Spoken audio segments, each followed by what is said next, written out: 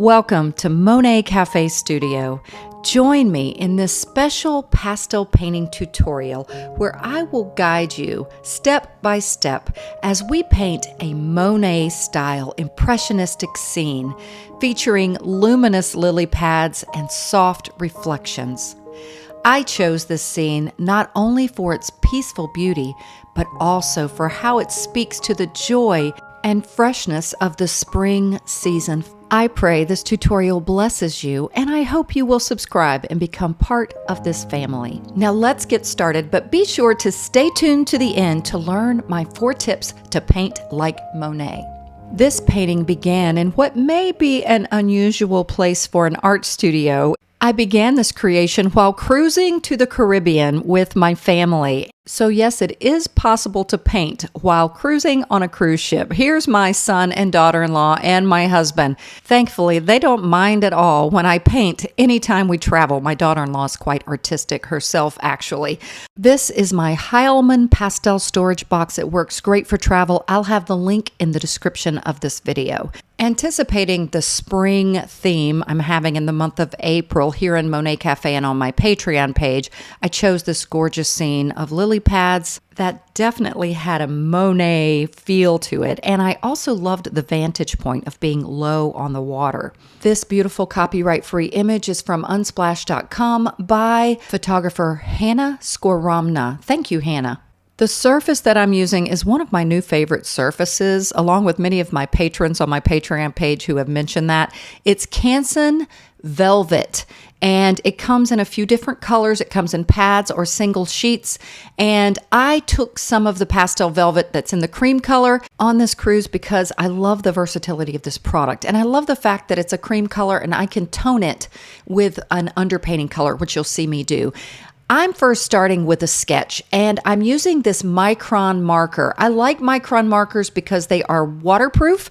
And why am I using a marker instead of a pencil? Well, because they're waterproof. I often like to use markers with my sketches whenever I know that I'm going to be adding some wet medium. They stay in place. Otherwise, your pencil or your charcoal will just smear all over the place. I find that my final paintings have more life when I don't try to perfectly sketch everything from the reference image. I keep it very loose and gestural and free, and it definitely brings more life to the final painting. Before we get started, I have a small favor. Would you please click the like button on this video? And I'd love for you to leave me a comment, and of course subscribe if you haven't already subscribed to this channel.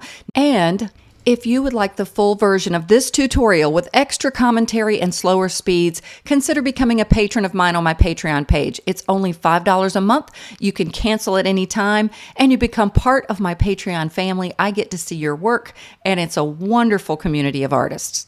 And now it's time to get to painting. I began this painting with a technique that I use often. If you've seen many of my videos, it is a wonderful way to begin a painting, and one that I believe will really make your colors vibrate. And what I'm doing is creating what is an underpainting. I didn't used to know what an underpainting was when I first got started, or why an artist would even use it, but I hope to describe to you the benefits of this. I am using a combination of warm values. This is what's called a warm underpainting. It's a great way to begin a landscape painting because a landscape has a lot of blues and greens. And if we use a complementary color, that would be a color opposite on the color wheel. Those colors are warm, such as yellows or oranges, reds. And this is a great technique because it makes your colors pop with vibrancy. I'll be sharing more about that while I paint, but right now what I'm doing is just using some water and a brush to liquefy these pastels. Yes, pastels can be turned into paint literally by adding water, or sometimes I use drugstore alcohol. And basically what I'm doing here is blending these colors together, melding them together to give a soft impressionistic feel, and also to cover up the majority of that surface. And I think you can see the effect. We're already getting that Monet dreamy feel to the beginning of this painting. And by the way, if you're not using a water-friendly surface like this Canson Velvet, you can just get any sort of a blending tool and blend the colors dry.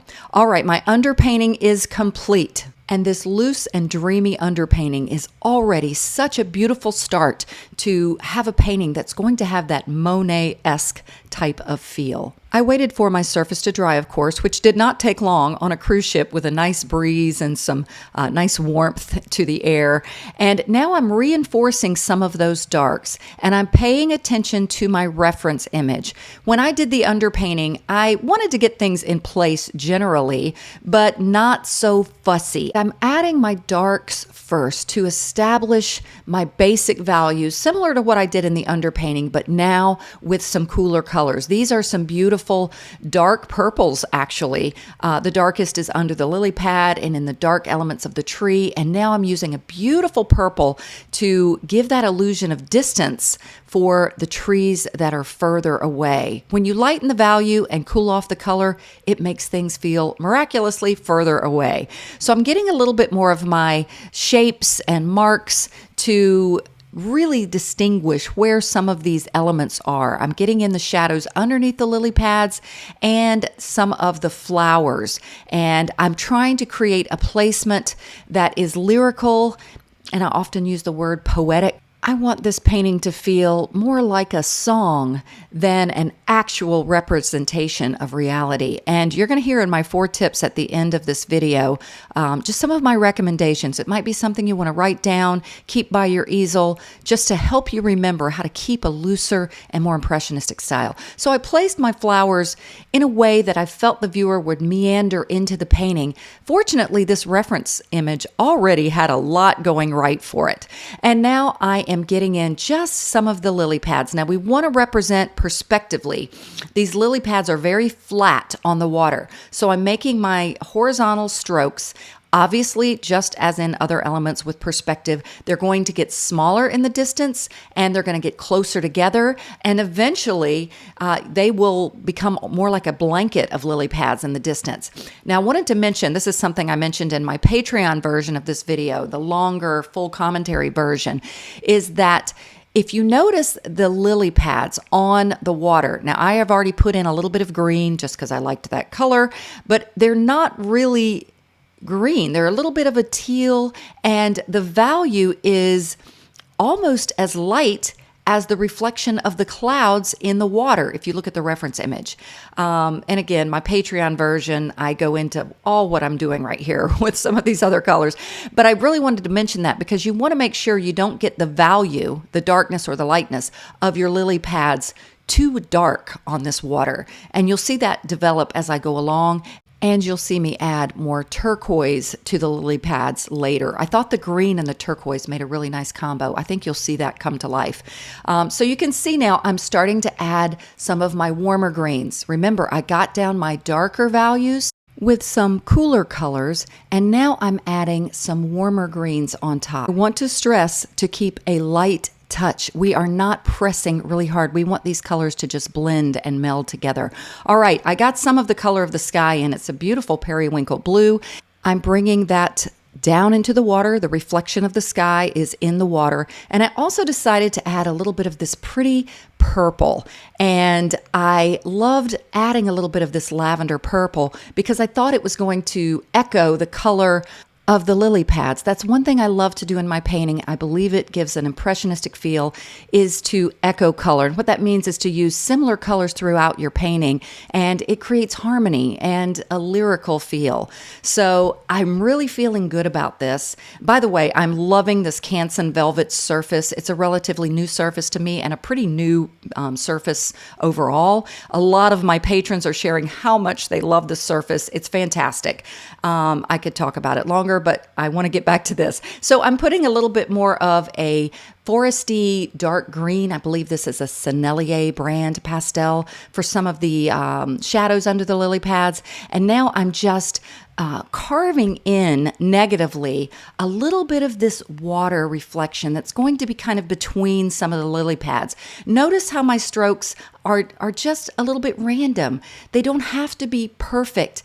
And I think if you're one of those artists that struggle with having your paintings look too realistic, I have a couple of tips for you. One is to squint. I know that sounds crazy. Squint really hard when you're painting background elements. You want to paint the elements that are not your focal point with less detail and less contrast. Now, let me get to these flowers, and I'll give you another tip in a minute. I wanted some beautiful pinks for these flowers, but notice I began with my darks first. I started with some darker, really deep purples. It looks like a black. Then I added some purplish, cooler colors, and then finally some of these bright pinks that I'm adding now. I always say I like to build my elements from the inside out, and you won't see me add my final lightest lights on these flowers until the very end. This pink is a little bit lighter. Now, I was working on a cruise ship, so I was a little limited with some of my supplies. I just had my Heilman box, and it actually ended up being a benefit because in my studio, I would have gone and tried to find every pink I possibly could find. And this limited me. And that's another tip that I like to give, especially if you're a beginner artist, you're going to love this tip. You don't have to have as many pastel colors as you think, as long as you have a good variety of values. And that's a whole nother topic. Let me know if you'd like me to make a video on that. That would actually be a really good tutorial. Now, I'm adding a little bit of this pretty warm green. This is by far my lightest green that I've added so far, or close. Some of those greens in the lily pads were a little bit lighter too. And now I'm going to work on this water a little bit more, carving in the shapes kind of negatively in between the lily pads. And I'm getting lighter. I noticed that there is a cloud obviously over the head of the viewer. You can't see it above the horizon line in the scene because it's kind of chopped off at the top. But we know there's a cloud above the viewer's head reflecting down in the water. You can see it in the reference image. So that's the lighter colors I used. And notice how I'm working all over the painting. That's another tip for having a painting that has an impressionistic feel. When we paint from one little spot of our painting and develop it in detail and continue that path or method throughout the whole painting, it's going to have a tightness to it. So I recommend working the whole. Here's a little bit more of that pretty lavender, and I'm really embracing the looseness of this so far. But I know that I need to hone in on my focal elements, which I think pretty obviously is the main lily flower in the foreground. And I want to gently develop a few of the flowers to lead the viewer in. Now, I realized I did not have some of my thinner pastels to create those stems that are on the lily pads reaching up to the right there. So I just let it be. And when I got back to my studio, I'm going to take this painting into my studio after I get off the cruise ship, and you're going to see that in just a minute. But I knew that I could brush those thick lines out and use a thinner pastel. You just use a paintbrush, a dry paintbrush, and you can brush out elements. Now I'm using finally my lightest pink, and I'm not trying to recreate these flowers perfectly, but really just the essence of these flowers and keeping them very loose and gestural. I know this is sped up, but I think I painted for about 35, 40 minutes. And then I had to go out to dinner with my family, which was so great. But I took my painting back into my cabin on the cruise ship to see the color brighter. I was kind of in a corner, so it looked dark while I was painting before. And now you can see that it's definitely lighter in color. And now I'm back in my studio to just finish this up.